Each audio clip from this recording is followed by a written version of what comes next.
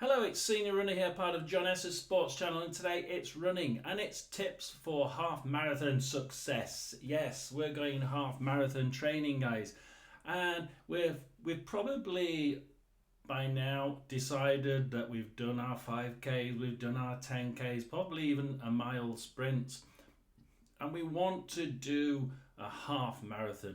As you've probably already discovered looking through the different training plans and all of those out on the internet, the half is a different kettle of fish from the shorter races such as your 5K and 10K, and certainly different from the 1 milers. But with a certain amount of pizzazz and tenacity and a sort of gradual approach to trying to improve things steadily, a continuous improvement idea, in fact, we can try and develop our training, and our plan can develop as well as we go through our training and onto this half marathon race. So let's stay with us and stay with us till the end. If you like it, like and subscribe, and even share if you want to. But the first item on my list we will go to now. So the first item is plan in advance. Plan your training in advance. And we're not talking about the next week, the next few days. We're talking the entire training plan. Certainly you need to look at it close up, but you need to understand what's going on in your life over the next period of time between now and the race. So if you've become accustomed to shorter runs and you're used to doing those sprint runs for your 5K, your 10K, your 1 miler, the half marathon is probably going to be a bit of a surprise when you look at the training plans, because some of the runs can last an hour and 45, 2 hours. I did one the other week for 2.5 hours. And these runs can be very important to your training because they tend to be at low heart rate. They try and get you down as close as possible to that heart rate zone 2, and try and get you to improve that endurance and boost your ability to drive that run without overdoing the heart rate. And they'll enable you to start getting that breathing pattern that's good for you, and trying to increase that breathing capacity so that you can actually run those distances and not feel as fatigued and tired. So that's why we need to look at our planning, because it pays to look forward and have a look at what your life is throwing at you. Have you got a holiday? Have you got work obligations? You're going abroad for a conference for a week. You've got the birthdays. Whatever it is that's coming along or may come along even, you have to try and consider them in your long-term training plan, because we want the plan to be nice and continuous and unbroken. We can break it, we can take a holiday from it, we can take a break from it, but of course we can. But if we plan that break, then at least we know, look, we're going to have a break, we're going to come back, we're going to have to try and just ease ourselves back into it after. So we'll go on holiday, we increase our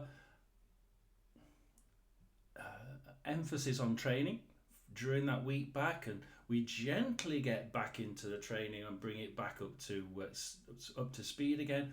But you will have planned it knowing that in 2 months' time I'm going to need to have a little bit of week break, so I'm going to just push that week back a week, and I'm going to try and just put a little bit more emphasis on certain aspects of it.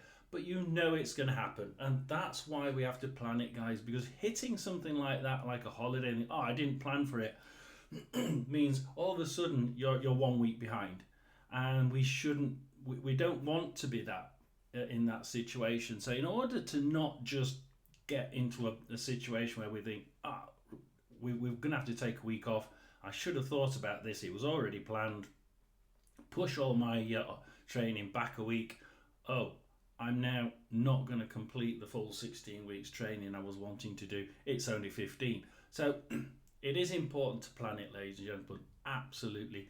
And try and keep in those little bits that might or definitely going to happen during your the next period between now and the race. Number two is quite interesting, and it's one that I speak about quite a lot on this channel. It's new gear. I will say it again, I've seen too many people go out in an actual race condition with brand new tops, brand new socks and brand new running shoes. And I saw one, no kidding, finished the race, rang out his sock of blood. It is not a good idea, really isn't. If we buy things, we need to test them out and break them in during our training runs. A 2 mile, 3 mile jog around the block, great. Put those new shoes on, put that new shirt on, and put your socks on. Now, the important thing that I see people missing here, they're only thinking about their shoes, and they're thinking, well, I just need to wear them around the block then a couple of times and I'll be fine. Yeah, we do need to break them in, but that's actually not the most important thing. Your feet do swell, yes, and your feet swell up to a size, half a size in size during the run because your feet sweat and swell up. But there are other things that people don't think about, and these are really critical. Stay on, because these two items of clothing are absolutely essential, and they do cause chafing and soreness. And if you're running them brand new, believe you me, it hurts. And I did this with one of them, socks. Socks can have logos on them, and as a rule, the logos are okay if they're designed and manufactured in conjunction with one of the name brands. Certainly you'd expect them to be good.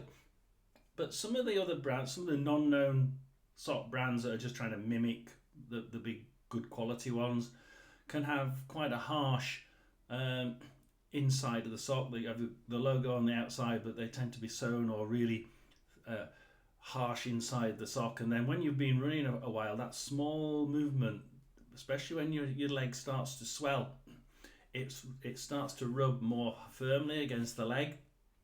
And I've had really bad sore red rashes on the inside of the lower ankle, because it's just been pushing, the shoe's been pushing against the sock, against this logo, and it's rubbed a gash in the side of the leg.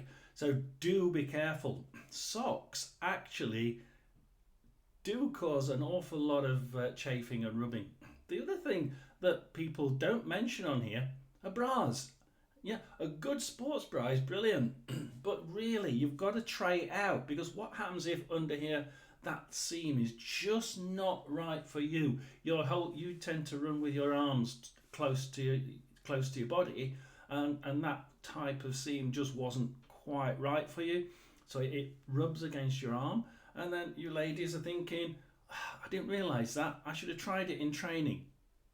You've got to try all these things in training, and socks and bras, lads and ladies, actually are a lot more important than what you think.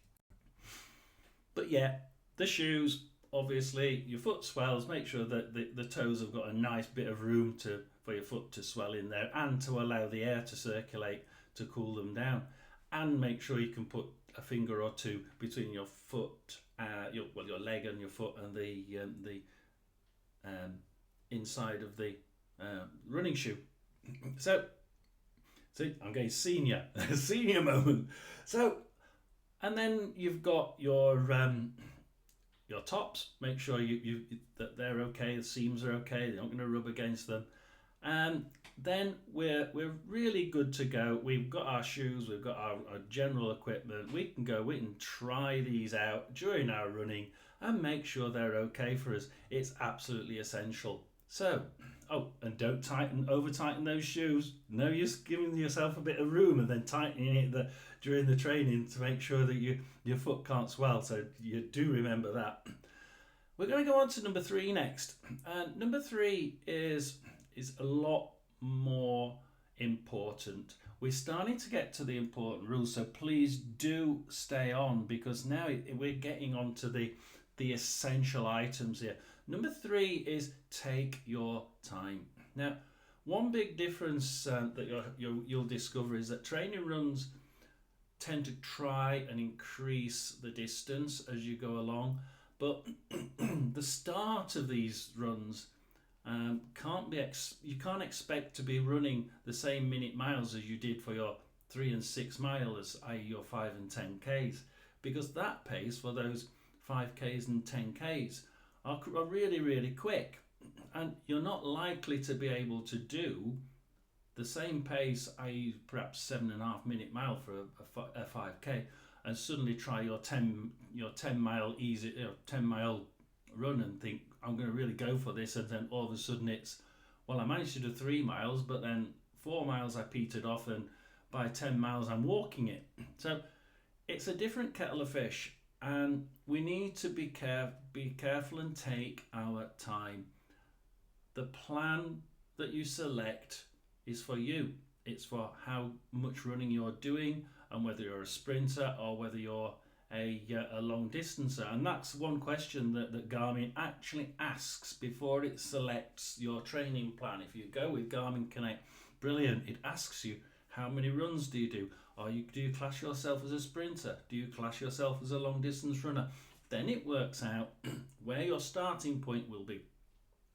Your starting point will be nice, gentle runs, not great in distance, but they're trying to get you to start these runs at a very low, gentle pace, because we're trying to create a better endurance for you. So a lot of zone 2 running, nice, low, easy runs, base runs, whatever you want to call them, heart rate zone 2 runs, yeah. And that means that we can't be running your 5K and 10K race pace, because it's not going to happen. Plus, your half marathon race pace is going to be a lot slower than your 5K and 10K race pace. So we have to forget about your 5K and 10K pace, and it's very difficult to do if that's what you've mainly been doing. So going forward, this idea of taking it easy and taking your time is really important, because you will always want to, if you've been doing lots of 5 and 10Ks, you'll want to drift back into your mode of 5K, 10K. And it means that, excuse me, I had meningitis which shot my lungs, so I've got poor lungs, so I have got a cough. And yes, it is very irritating, as someone said in one of the comments, for me as well. We need to make sure that we steadily increase those distances. 10% a week is the norm, and we steadily increase that pace. Pace control is essential, because we're trying to move from your 5K and 10K up to a 13 miler, and we're trying to do it gently by distance, gently by speed. Increase either or both, but you can only increase your overall speed by about 10%. So you really don't want to be overdoing it. And even then, if you do it 10%, every 3 or 4 weeks you should take a break and keep it the same level to let your body normalize, and then you may think about increasing it again. Of course, you can also expect your speed to increase as training goes anyway, because you get used to that, to the extra energy that you're using. So be sure to check your progress. And how do we do that? Well, we do little trials. You'll set up a run that is a decent distance. It doesn't have to be half a marathon. It doesn't have to be a 5 or 10K.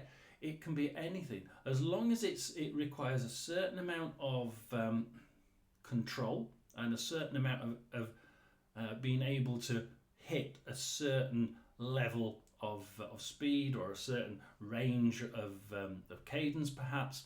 And you'll try that, and you'll see every 2 or 3 weeks, have a quick look at it, check it against how you did last week and the week, or 2 weeks ago and 2 weeks before that, and you'll be monitoring what was my perceived effort. Did I find it easier? So if you're trying to hit a certain range, i.e. race pace, bang, bang, bang, your perceived effort should get less, nice and easy. Actually, I found it really hard the first time, 8 miles at race pace was really difficult. But 2 weeks later, I did 8 miles at race pace, and I scored it at 2 points less. And then 2 weeks later, I scored it at 1 point less. And you're thinking, yeah, I've got something to measure, and I can prove that I'm improving. And it's really good for the brain to sort of think, yes, I'm improving, I'm doing well, I can do this. And also, the Garmin app actually does give you those little measures to show, are you improving? Are we looking like hitting our goal?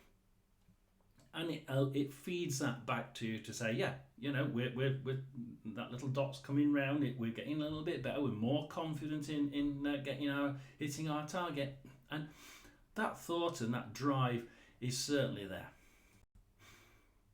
Just remember, don't try and fall for that little drift back into your 5-10k mentality, because we've got to think completely different for the half marathon. Now, 4 is nutrition. Taking nutrition before, i.e. carbohydrates, before you do a long run the day before, it's not going to make too much difference the day before. Really, we need to build up the carbohydrates towards that day that you're going to do a long run. However, we can make sure our body batteries are as full as they can be by, when we're not running, just topping them up with a little bit of carbohydrate, making sure that we're not overdoing it, but we are taking enough just to keep those batteries at the top. You'll soon know when you're not, because then you go out and you feel really fatigued and you think, I don't think that mix was quite right for me before. And that brings me on to the next bit. Just like training muscles, your stomach needs to be trained into thinking, oh, I can use this energy that's coming down and I can store it for quick release for the running. Now, different foodstuffs will act differently for different people. Before the run, I tried out, last time I tried out a lot more pasta, because that's what everybody's saying use. But it sat really heavy on my stomach and I felt really sluggish and I could feel it sitting really badly. And I thought, there's no way that's going to be any good during the race. So to me, pasta didn't work. But you can train your body to actually accept things and I get over there's an idea of 21, where if you start doing things 21 times, your body suddenly realizes that actually this is the norm, and you do things without even thinking about it. So stir your tea the opposite way, anti-clockwise instead of clockwise, and all of a sudden, the 22nd time you'll be stirring your tea anti-clockwise without thinking about it. And it's the same with eating. You're trying to develop. You can try and develop food acceptance, and you can start to just trickle it in gently, more and more, until eventually your stomach says, I know what to do with this, I know how to deal with it. So you can, with continued practice, make sure your stomach is adapted for fueling that run, and it's getting the right foodstuffs. Yes, you can try different things. Yes, if it's not working, move to something else and try something else. But you have to do that during training, and this is why it's in this video. During training, it's essential that you try different things and try different foodstuffs. Oh, that one sat heavy on my stomach. That one worked really well. I didn't feel any, in fact, I felt rather sluggish after having that particular type of foodstuff, so that didn't work. Before the race or before the training run, if it's a nice long one, if it's over 40 minutes, some people say, other people say an hour and a half, your body battery starts to deplete and your brain starts to slow your body down. So you'll start to go slower. So gels before the race or before the training run can get quite essential if you're going to go on a long run. During the run or race, again, make sure you're taking enough hydration and enough power source, i.e. running gels, and then afterwards your protein to help improve those muscles that have just been hit by all that strain and stress, and help repair them. So the amount of food and which foodstuffs you're taking is absolutely important. What I will say in that is, if you start taking gels at different parts of your long run, you can actually try and work out where that you remember, take a note of where you took the gel, and if on your heart rate or your speed, you can work out where it actually took effect. Oh, I felt suddenly better when I turned around that corner at the end onto the beach. And then you look at it and think, well, actually, that's 20 minutes after taking that gel. Because some people take gels and it works almost instantaneously. Others take 20, 30 minutes to work, because that's your body and how it works and how it tries to break down those gels. So nutrition and working out your nutrition, what's best for you when you're not running, what's best for you when you are running, try different gels, and what's best for you after running. How do you feel after taking certain types of protein, perhaps? Do you feel better, fitter, quicker, i.e. your muscles have been repaired better with a certain foodstuff? Then you work out which nutrition is best for you before, during and after the run, and keep your data to prove it.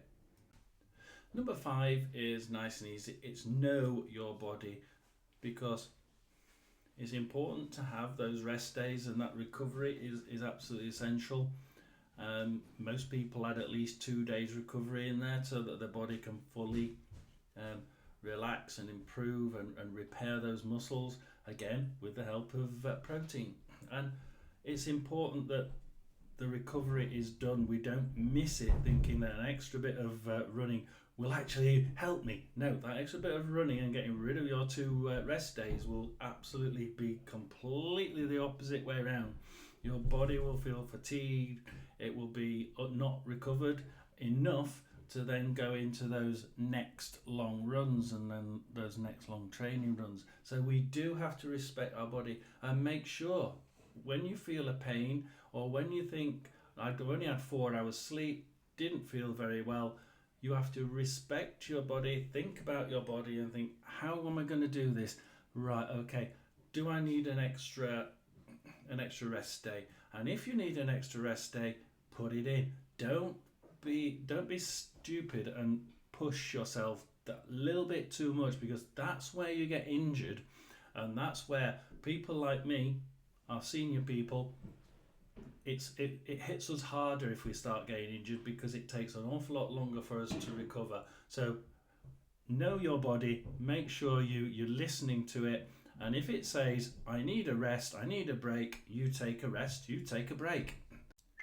So number 6 is have fun with it, basically. Try some new music, try some new tunes, try a new route, try and make sure that you're running around somewhere interesting, like the seafront like I can, or a nature reserve, or the local abbey. Try and put something in there that's a bit of interest and a bit different. Also, actually going out there and mapping out new routes, that's actually quite enjoyable. I quite enjoy opening up the app and having a little look. Oh, how can I do a 10 mile run? I want a 10 mile run. Let's go and map out this 10 mile. It's actually interesting and I enjoy it. And then I go out and run it and I'm thinking, well, how about if I just add that? How about if I add that? And I'm really enthused about the running. So it's all about having fun, and please do try and make sure you are having fun. If you aren't, perhaps you need to change something, improve something, or just slow down and take in the views, or